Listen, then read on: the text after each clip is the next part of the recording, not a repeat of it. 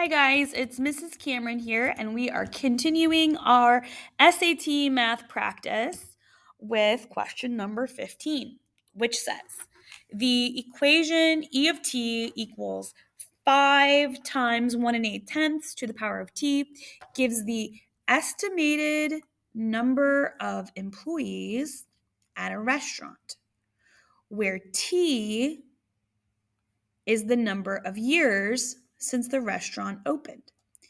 Which of the following is the best interpretation of the number 5 in this context?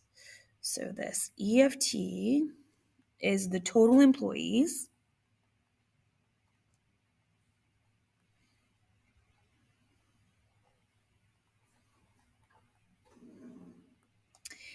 And this 5 right here in the equation is your starting point. So that's what it is. It's the starting point. So it's the number of employees when the restaurant opened. And if you were looking on a graph, this 5 would be your y-intercept.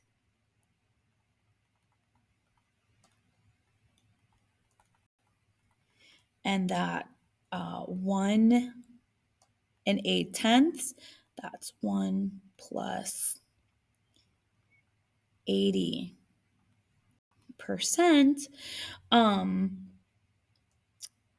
That's the increase.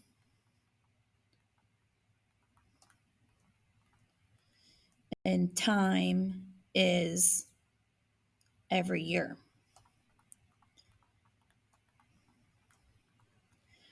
So at year 0, you'd have 5 employees. At year 1, you'd have 5 times 1.8 employees. Year 2, you'd have 5 times 1.8 to the power of 2, and so on.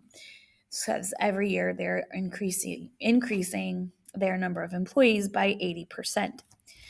And that's a definition of an exponential function. If you want to research that, those are exponential function right there. Question number 16 says g of x equals x squared plus 55. What is the minimum value of the given function? And you can just look really, really fast at the graph of that. Y equals x squared plus 55. I'm going to put that back and zoom out.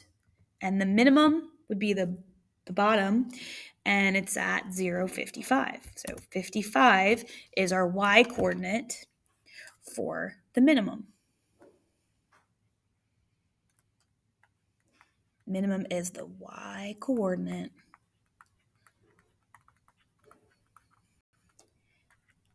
at the bottom. And then continuing on to question number 17. Each year, the value of an investment increases by 49% of its value the previous year. Which of the following function best models how the value of the investment changes over time? Well, two things we need to look at. It is increasing by a percent and not by a constant value. So because of this word increasing or increases, we know that it's increasing. And because it's increasing by a percent rather than a constant, we know it's not linear, it is exponential.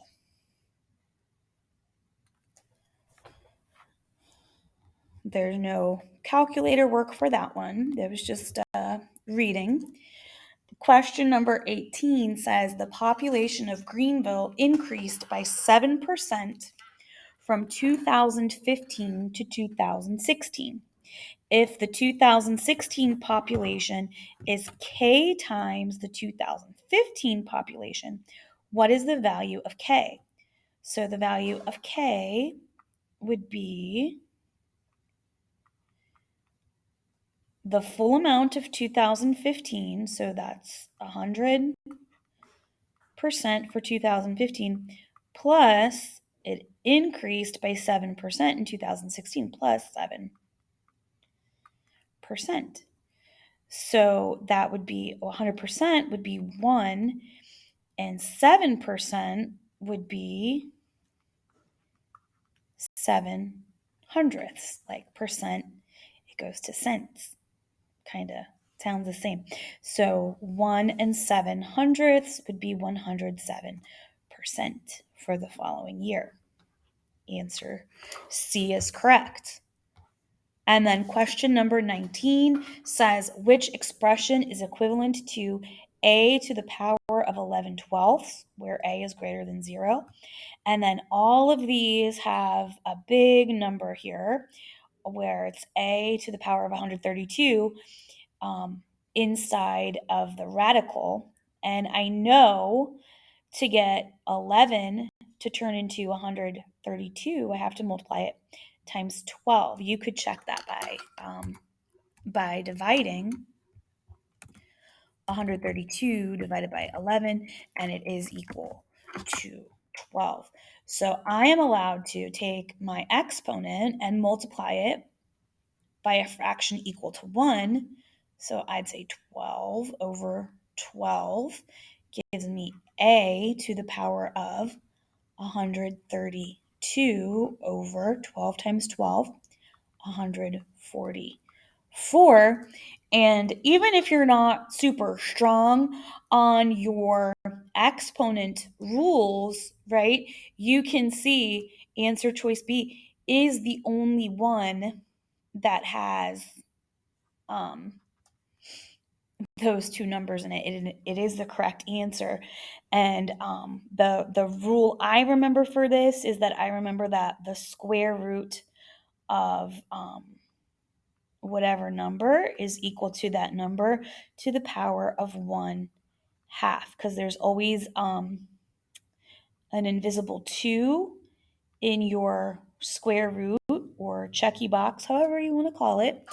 And there's always an invisible 1 when you don't see an exponent with a number or variable. It's got an invisible 1.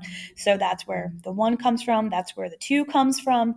So this is the same rule, just bigger numbers. And we can continue moving on to question number 20, which says an event planner is planning a party. It costs the event planner a one-time fee of $35 to rent the venue, and it costs $10.25 per attendee. The event planner has a budget of $200.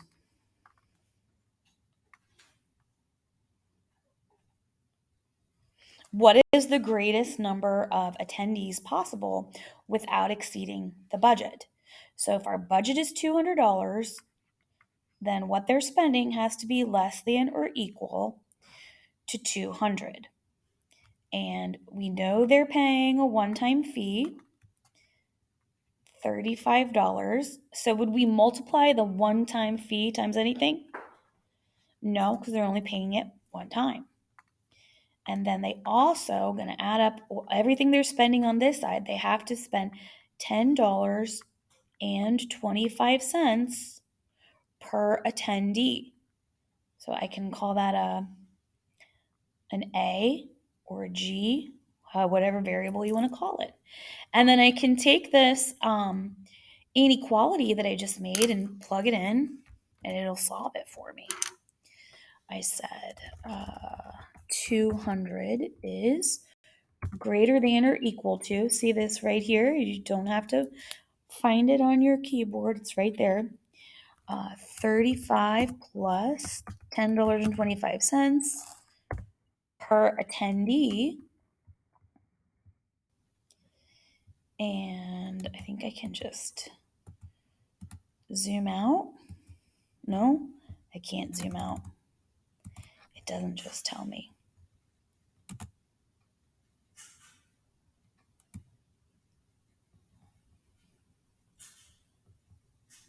That's not really doing anything for me. Maybe I have to solve it. Maybe try x instead for the variable. Oh, there we go. Now we got somewhere. Okay, zoom out a little bit. And okay.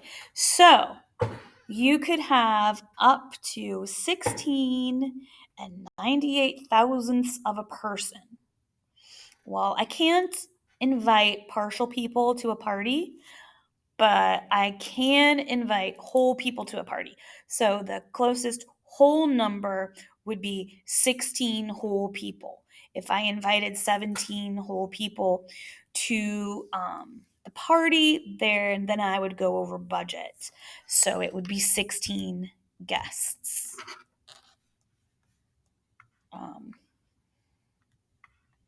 Right here.